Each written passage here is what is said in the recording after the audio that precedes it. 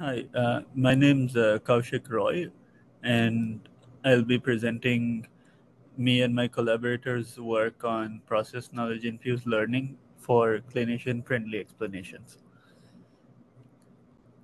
The current state of the art in explainable AI for clinical assistance is something like this. You have some input text, you pass it through a language model, and out comes highlights from the self-attention matrix in the language model. And based on those highlights, the person who is using this system, say a clinician, can make judgments on this patient's mental health. So here, for example, you can see that some highlights like getting down or backed into a corner can provide valuable insights into the patient's mental health. So it's not bad. So it's pretty good. Um, However, the thing with this kind of explanation is that the developer that has developed this language model can use this kind of explanation to understand where the activation patterns are in the model and tweak it. So it's really more for the developer than the end user. The end user uh, will struggle with these explanations because it contains no standard medical terminology and it contains no standard procedures by which they can administer any kind of medication or therapeutic process to this patient.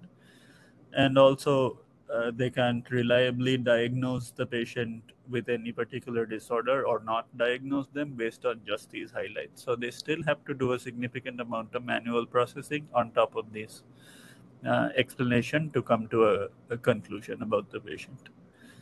So just to drive home the earlier point I made about the developer, you can think of this kind of XAI explanation from a large language model as if you were writing a Python program that you're shipping to an application user. If the explanation to an error encountered in the program was in the form of a stack trace, the stack trace has a minimum degree of readability because it shows you which function the error is in and in which line the error is in. So the application user may be able to say something from it, but it's mostly meaningless to them. It's more for the developer. So what can we do about this problem? So our previous work has looked at uh, taking the text, input text, mapping it to different medical concepts in medical knowledge bases. So now you at least have clinical terminology, and you can also attach a definition to the text. For example, you see on the top right corner, the definition that matches this text based on the linked concepts is obsessive compulsive disorder. This is similar to something the clinician would have done by analyzing this text. In their mind, they would first probably link fragments in the text to medical terminology that they are aware of. How do you put this kind of process into a neural network? So if we look back at this, you can visualize this structure as a graph. And in neural networks today, there is structures within the neural network that can also be interpreted as graphs. For example, the self-attention matrix. So you can take that self-attention matrix and infuse in it the graph. And because the two structures can be interpreted as graphs, this infusion is mathematically possible. And this can have an impact on not only the highlights that the model provides when visualizing its activation patterns and affect that positively, which is to say that the highlights are now going to align with clinical terminology, but also have an impact on the final classification outcome. But that's just the first step of the pipeline. Once you analyze the text for clinical terminology and definitions, you still need to diagnose the patient. And for this, a clinician uses diagnostic criteria that exist mostly in the form of flowcharts and decision trees. For example, here you see a decision tree to diagnose suicidality. And once a diagnosis is confirmed, the final response is contingent on that diagnosis.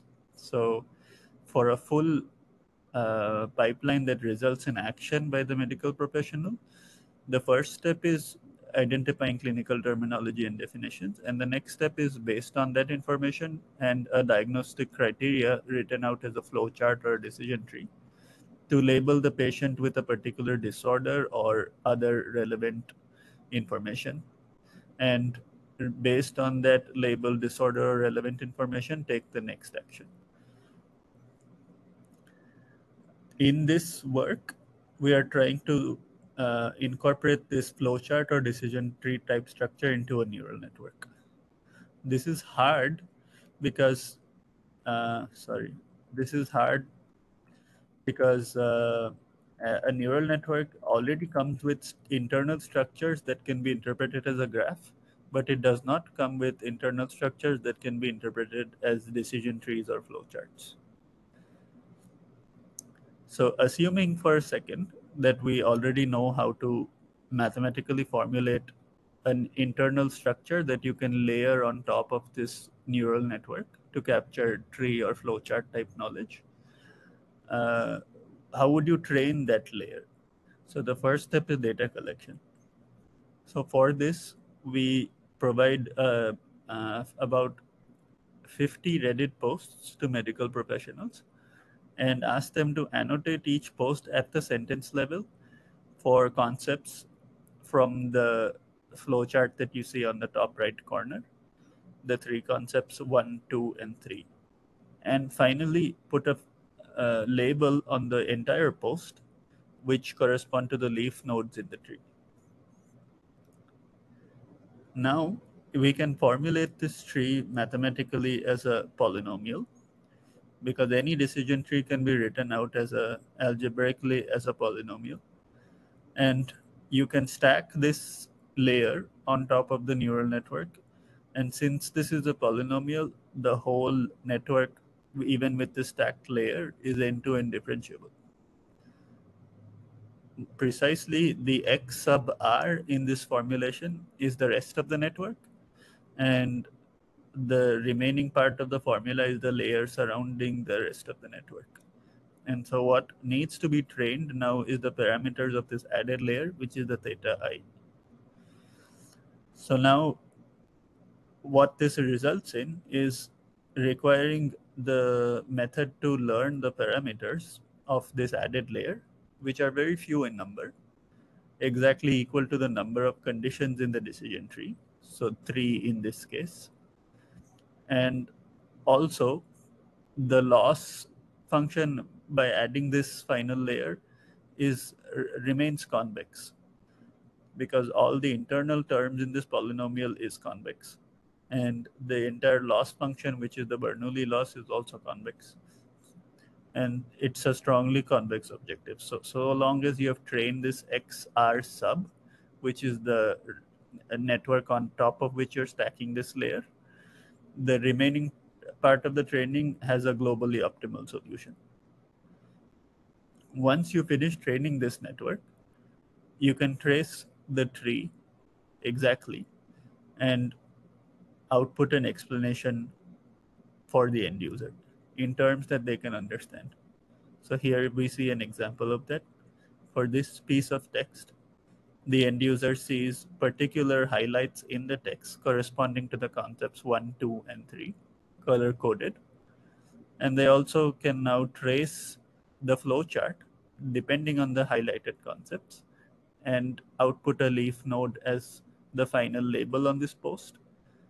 And this way they have a complete explanation for why the label on the post is what it is and exactly what concepts lead to it. To recap, the input is a text excerpt from somebody's either clinical notes or from a social media platform such as Reddit. In our case, we use the social media platform. The model is a language model stacked with the process knowledge layer and trained using the method that we saw in the previous slide. The output is annotated text, which consists of each sentence in the input text annotated with the concepts 1 through n from the corresponding process knowledge, and the entire text having a final label. For our experiments, we use process knowledge corresponding to two disorders: depression, this is major depressive disorder, and suicidality.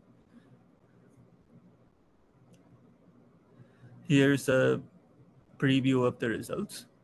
So on the top left part of the screen, we see, going left to right, the accuracy. The A and B corresponds to the accuracy for suicidality assessment, and C and D corresponds to the accuracy for depression assessment. So here we see that the model performs better than the baselines by significant margins across the board. CSK refers to the formulation in this slide, but with cosine similarity as it is. And Gauss-K refers to the formulation in this slide with cosine similarity replaced with a Gaussian kernel. Gauss-K performs better than cosine similarity across the board. And for completeness, we also experiment with prompting text Da Vinci model, which is DPK in these results. The way we prompt is we prompt Da Vinci by asking the question, for example, does an input text contain signs of wishing to be dead? And if Da Vinci outputs true, then we output that this input text has the concept 1 and 2 or 5 and so on. And based on which concepts Da Vinci has identified, we can put a final label to the entire text. So if we go look at Da Vinci's results, it is outperforming all the remaining, including our process knowledge infused method in many of the cases. So this is interesting because this suggests that language models with prompting can be immensely useful for helping healthcare applications of the future. And given that we see such drastic improvements over baseline models with our process knowledge infused learning method, once models like Da Vinci become open sourced and we are able to access their internal structures, we can perhaps layer the process knowledge structure on top of Da Vinci and achieve even better performance. So coming to the qualitative analysis, on the bottom left corner, you see the output of a sentence BERT model, which is highlights from its attention map. And in between, you see the explanations for depression and suicidality on the image labeled with G. So the blue highlights correspond, the blue 1-2s correspond to concepts from the PHQ-9 ontology, PHQ-9 questionnaire corresponding to depression.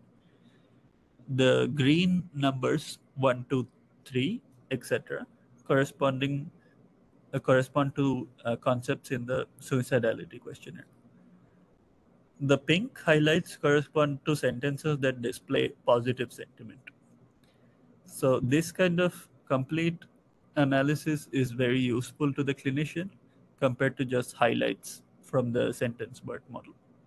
So to test this hypothesis, we provided these kind of explanations to 3 experts. We provided 500 of them. And 47% of the times, the experts agreed with the language model's highlights. And the 70% of the time, the experts agreed with the more rich highlights provided by our process knowledge infused learning method. So to conclude, our method provides user-level explainability, clinician-friendly explainability specifically, and also the mathematical formulation actually ensures that the model follows that specific reasoning process to arrive at its conclusions. In other words, domain constraints are adhered to using this method. Thank you.